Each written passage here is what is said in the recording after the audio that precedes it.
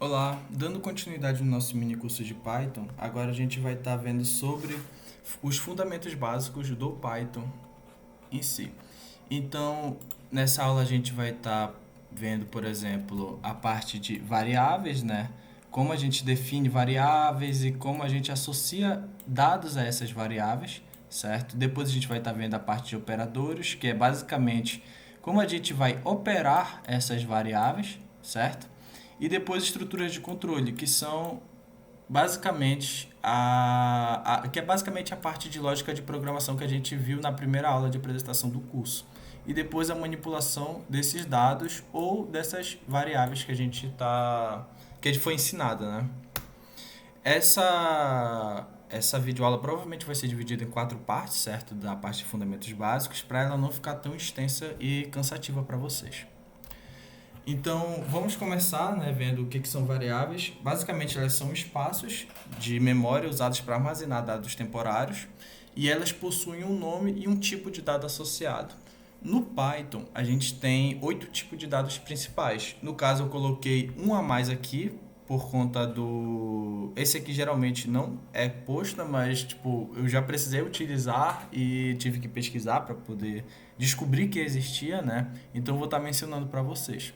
Mas aqui começando, né, dos quatro primeiros, no caso a gente tem os inteiros, a gente tem os floats, os strings e os booleanos.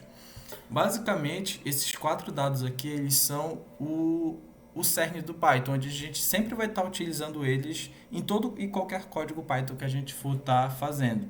Então, é muito importante que a gente entenda completamente como é que eles funcionam, certo? Então, eu vou estar abrindo aqui o meu Jupyter Notebook, certo? Para poder estar dando prosseguimento aqui na aula. Então, basicamente, o que que acontece? A gente tem, por exemplo, aqui o inteiro. O que que é um número dado, um dado do tipo inteiro? O inteiro, ele é representado aqui como sendo int, certo? Dessa forma. E ele vai ser um dado do tipo número inteiro. Ou seja, por exemplo, ele pode ser o 2, o 3, o 4 e etc. Certo? Quando a gente for associar uma variável a um dado, a gente sempre vai estar escrevendo a variável do lado esquerdo, ou seja, por exemplo, eu vou dizer que eu tenho uma variável, como eu havia dito, né, na definição, ela sempre tem um nome, então eu vou dar um nome para ela de número, certo? Então, essa minha variável número, eu vou estar associando ela, como é que eu associo? Eu coloco o valor de igual e depois eu vou colocar aqui o valor que eu quero associar, o dado ao qual eu quero associar ela. Então, por exemplo, eu vou colocar o 6. Então, essa minha variável número, ela vai ser igual a 6, ou seja, ela vai ter o valor de 6. E se eu venho bem aqui, por exemplo, e pergunto qual é o tipo dessa variável, essa função type eu vou estar ensinando para vocês logo mais lá na frente. Ela é muito importante, mas agora não se atentem. Se atentem somente ao que ela vai me retornar. Que ele vai estar me dizendo que esse tipo de variável é uma variável do tipo inteiro, certo? E, por exemplo, eu posso ter aqui também o float, que é outro tipo de dado. O float, ele vai ser um dado do tipo número também, mas ele já não vai ser mais só do conjunto dois inteiros, como eu havia mencionado aqui no primeiro. Ele vai ser um dado do tipo real, um número real. Então, por exemplo, ele pode ser 1.12, ele pode ser 1.98, como também pode ser 99.09, certo? O que que vai definir se um número ele é inteiro ou se um número ele é float? Ele vai ser definido por este elemento bem aqui, que é o ponto, certo? No Python a gente não vai estar utilizando a vírgula para poder fazer essa separação do que é a parte inteira e o que é a parte decimal do número. A gente vai estar utilizando o ponto, certo? Então, por exemplo, o número que eu posso já estar chamando de float também é um ponto. Ele não, o 1.0 ele já é um tipo float. Só de eu colocar este ponto bem aqui, ele já vira um tipo float. Então, por exemplo, eu vou dizer que eu tenho um número float aqui. Eu posso estar dizendo, por exemplo, que é o 6 ponto. Ele já vai me dizer que isso aqui é um float, certo? No caso, ó, ele vai estar me retornando que isso aqui é um tipo float. Então, eu não preciso necessariamente estar colocando algo após. Então, por exemplo, até o 6.0 já é um float. Então, qualquer coisa que eu vier colocar bem aqui, ele já vai sempre me retornar esse tipo de dado. Eu também tenho, por exemplo, a string, certo? A string, ela é comumente falada que ela é um dado do tipo texto. E esse dado, ele vai ser sempre identificado como? Como é que eu vou meio que identificar que aquilo é uma string? Eu sempre vou estar colocando ou aspas simples ou duplas, certo? No caso, por exemplo, aqui, ó. Beleza? Então, por exemplo, como é que eu posso estar escrevendo algo do tipo string? Eu posso estar colocando um nome. Ou o nome de um usuário, por exemplo, sei lá, Pablo123. Isso aqui é o nome do meu usuário em algum site, certo? Então, basicamente, eu posso vir aqui, por exemplo, estar passando uma variável que eu vou estar nomeando de usuário, beleza? E vou estar dizendo aqui, ó, que esse usuário, o nome dele é Pablo123, certo? E se eu perguntar, por exemplo, o tipo desse dado, ele vai estar sempre me retornando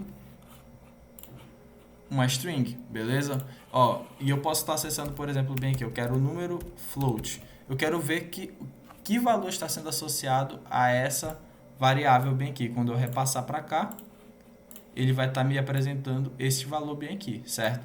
Se você reparar, por exemplo, ele não tem nenhuma aspas aqui. Agora, se eu vier e retornar aqui usuário, ele vai estar sempre me retornando aqui, ó, com aspas, certo? Por exemplo, esse tipo de dado aqui, ele pode não ser tão somente ter, por exemplo, consoantes e vogais. Ele pode também ser só números. Então, por exemplo, vou rodar bem aqui, ele vai continuar me mostrando que ele é um dado do tipo string, certo? Porque ele vai continuar estando aqui entre aspas, certo? Mas quando eu vier rodar bem aqui, ele também vai me mostrar que ele é um dado do tipo string. Então, é bom vocês se atentarem a que tipo de dados vocês estão utilizando. Porque, por exemplo, na próxima aula, como eu havia mencionado, eu vou ver a parte de operadores. Então, há operadores que, por exemplo, aqui no número, ele aceita. Há operadores que aqui no número float, ele aceita também. E há operadores que, entre esses dois aqui, ó, entre o float e o inteiro, eles não aceitam, certo? Como, por exemplo, também há operadores em que um dado do tipo string vai aceitar e que os outros dois não vão aceitar, certo? Então, é importante vocês saberem que tipo de número ou que tipo de dado vocês estão utilizando para fazer aquele tipo de operação, beleza? Então, o último dado, né, que no caso está lá na lista, é os booleanos. Os booleanos, eles são dados do tipo verdadeiro ou falso. E onde é que eles vão ser importantes? Eles vão ser importantes na parte de estruturas de controle. Quando a gente for estar utilizando, por exemplo, os laços tipo o while, o for, o if, eles vão ser importantes para isso. Porque eles que vão definir quando aquele laço ou quando aquela condição vai ser atendida ou não. Então, por exemplo, eu posso também estar passando aqui, vou passar aqui uma variável chamada booleano, beleza? E eu vou estar falando aqui que eu vou estar associando o valor para ela true, certo? Quando eu pedir o type dela, que no caso é o tipo dessa variável, ele vai estar me falando que ela é uma variável do tipo booleano, beleza? Então, eu sempre vou ter que estar me atentando para que tipo de variável eu estou passando para o meu código, beleza? Além disso, a gente também vai ter, por exemplo, os 4 tipos de variáveis, que no caso são as listas, as tuplas, os dicionários e os sets. Basicamente, estes tipos de variáveis aqui, eles são conjuntos dos outros tipos, certo? Então, por exemplo, dá para ver aqui, ó, esse aqui é um exemplo de lista, beleza?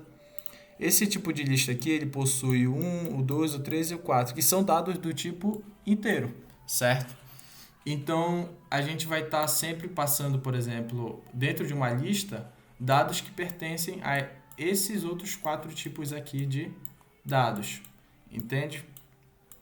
Então, bora lá pro código. O que acontece? Eu vou estar aqui, né, colocando, por exemplo, listas. As listas, elas são dados do tipo ordenável, ou seja, a gente vai ter que estabelecer uma ordem nelas. Por exemplo, se eu repasso aqui 1, 2, 3 e 4, essa é a minha ordem. Mas eu também posso estar repassando, por exemplo, aqui 1, 5 o 2 e o 3, e o 4 no caso. Eu posso estar repassando dessa forma também. E o que acontece? Quando eu pedir, por exemplo, o elemento 2 da minha lista, no caso do Python, a gente sempre conta o primeiro elemento como sendo 0. Então, esse aqui, ó, por exemplo, vai ser o 0, 1, 2, certo? Então, ele vai estar me retornando 3. Sempre que eu pedir para ele me retornar o elemento 2 dessa primeira lista bem aqui, ele vai estar me retornando 3. Beleza? Agora, por exemplo, se eu peço bem aqui para ele me retornar o elemento 2, o que ele vai fazer? Ele vai contar aqui, ó, 0, 1, 2. Então, bem aqui ele vai estar me retornando o número 2, entende? Então, ele sempre vai percorrer a lista da esquerda para a direita, para contar, e o primeiro elemento sempre vai ser o 0. Isso que dá a ideia de ordem, certo? Não necessariamente você precisa escrever aqui, por exemplo, 1, o 2, o 4 e o 5, deixar no caso na ordem crescente. Você pode escrever do jeito que você quiser e ele vai estar sempre estabelecendo a ordem baseado na forma como você colocou estes elementos. Então, além disso, né, a gente pode também estar, por exemplo, adicionando elementos aqui com algumas funções que eu vou estar ensinando posteriormente na parte de operadores, certo? E além disso, a gente também tem, por exemplo, as tuplas, que são outro tipo de dados de conjunto, que é, por exemplo, eu posso estar colocando aqui 1, 2, 3 e o 4, ou também posso estar copiando o outro tipo de dado. No caso, eu vou escrever aqui uma nova tupla, certo? E elas são quase a mesma coisa do que a lista. A diferença é que elas não são mutáveis, ou seja, eu não posso estar adicionando ou retirando elementos dessa tupla, certo? Elas vão ser dados meio que fixos. Então, eu não vou conseguir estar utilizando operações para poder fazer com que essa tupla ela seja diminuída ou aumentada. Mas eu posso estar, ela é ordenável, então eu posso estar, por exemplo, acessando os elementos daqui pelo índice delas, certo? Como, por exemplo, eu citei, se eu quiser o índice 3, aí eu venho aqui, ó, 0, 1, 2, 3, e ele vai estar me retornando o 10, beleza? Além disso, eu tenho também, por exemplo, os dicionários, que eles vão ser importantes quando a gente vai estar vendo a parte, por exemplo, de banco de dados, onde o que é um dicionário? No caso, por exemplo, do contexto real, né? Um dicionário, se a gente for abrir, né, a gente sempre vai ter, por exemplo, vamos dizer que tem a palavra gato, certo? A palavra gato ela vai estar bem aqui e vai ter 2 pontos e vai estar explicando o que é a palavra gato. Felino, blá blá blá blá blá blá, vai estar sempre explicando o que aquela palavra ela significa com outras palavras, certo? Então, por exemplo, aqui no Python a gente vai estar sempre passando, por exemplo, uma palavra, certo? E vai estar explicando um valor associado a ela, ou seja, vai estar explicando o que ela significa. Então, por exemplo, vamos dizer que eu tenho um banco de dados de cliente, eu vou estar passando o nome. Aí, o que ele significa? Ele significa, por exemplo, Pablo. Então, quando eu estiver passando esse tipo de variável, eu sempre vou estar passando, por exemplo, um nome, ou seja, um dado, e vou estar associando ele a outro dado. Por exemplo, Pablo. Aí eu venho vírgula. Aí eu vou estar escrevendo outro tipo de elemento. No caso, a gente chama isso aqui de chave, isso aqui de valor. Então, por exemplo, quando eu venho bem aqui e eu coloco idade e eu retorno 21, eu vou estar dizendo que essa minha idade, que é uma string, vai estar retornando meu valor 21, que é um dado do tipo inteiro. E além disso, a gente vai ter os sets também. Os sets, eles são delimitados pelo mesmo tipo de elemento do que o dicionário, que no caso são as chaves. Só que a diferença é que eles não vão ter esse par de chave e valor. Eles vão ser somente uma linha contínua, como se fosse uma lista ou uma tupla. Só que qual é a diferença deles para lista e para tupla? Eles não são ordenáveis, ou seja, eles não têm índice, a gente não pode ficar retornando os índices dele, e eles não são também, eles não recebem dados duplicados. Então, por exemplo, se eu passo 1, 2, 2, 2, 2, 2, quando eu pedir para ele me mostrar esse meu set, ele vai estar me mostrando somente 1, 2. Certo? Então, ele basicamente pega esses dados e remove, beleza? Outro exemplo disso, eu posso estar colocando, por exemplo, 1, 2 e 2, certo? O que ele vai fazer aqui? Ele vai pegar e vai me retornar também 1, 2 e 2. Por quê? Porque esse meu 2 aqui, ele é diferente desse 2 aqui, porque esse aqui é uma string e esse aqui é um inteiro, beleza? Então, é por isso que eu digo, é bom sempre se atentar a qual tipo de dado vocês estão trabalhando, beleza? Agora eu vou só exemplificar aqui rapidinho, por exemplo, vamos dizer que eu tenha um conjunto de clientes, certo? E vamos dizer que eles sejam um dicionário, certo? E eu vou estar dizendo que eu tenho sempre bem aqui, basicamente, nesse conjunto de clientes. Como é que eu vou identificar um cliente? Eu vou estar dizendo sempre que ele vai ter um ID e esse ID vai estar associado a um nome, beleza? Então, por exemplo, eu vou dizer que o cliente 1 vai ser o Pablo, vírgula, o cliente 2 vai ser o Gustavo, certo? Então, sempre eu vou estar utilizando, por exemplo, a minha chave, certo? E o meu valor. E quando eu pedir, por exemplo, o type desse meu conjunto cliente, ele vai estar sempre me retornando que isso aqui é um dicionário, certo? Mas, por exemplo, eu venho bem aqui e coloco isso aqui como sendo lista. Deixa só eu meter uma vírgula aqui e uma bem aqui. O que acontece? Ele vai estar me retornando isso aqui como sendo uma lista. Vocês podem estar vendo que eu estou mesclando o dado do tipo número com o dado do tipo string. E eu posso estar fazendo isso com todos os tipos de dados. Eu posso estar passando, por exemplo, um true aqui e ele vai estar me retornando que isso aqui é uma lista, certo? O true, no caso, ele é um dado do tipo booleano.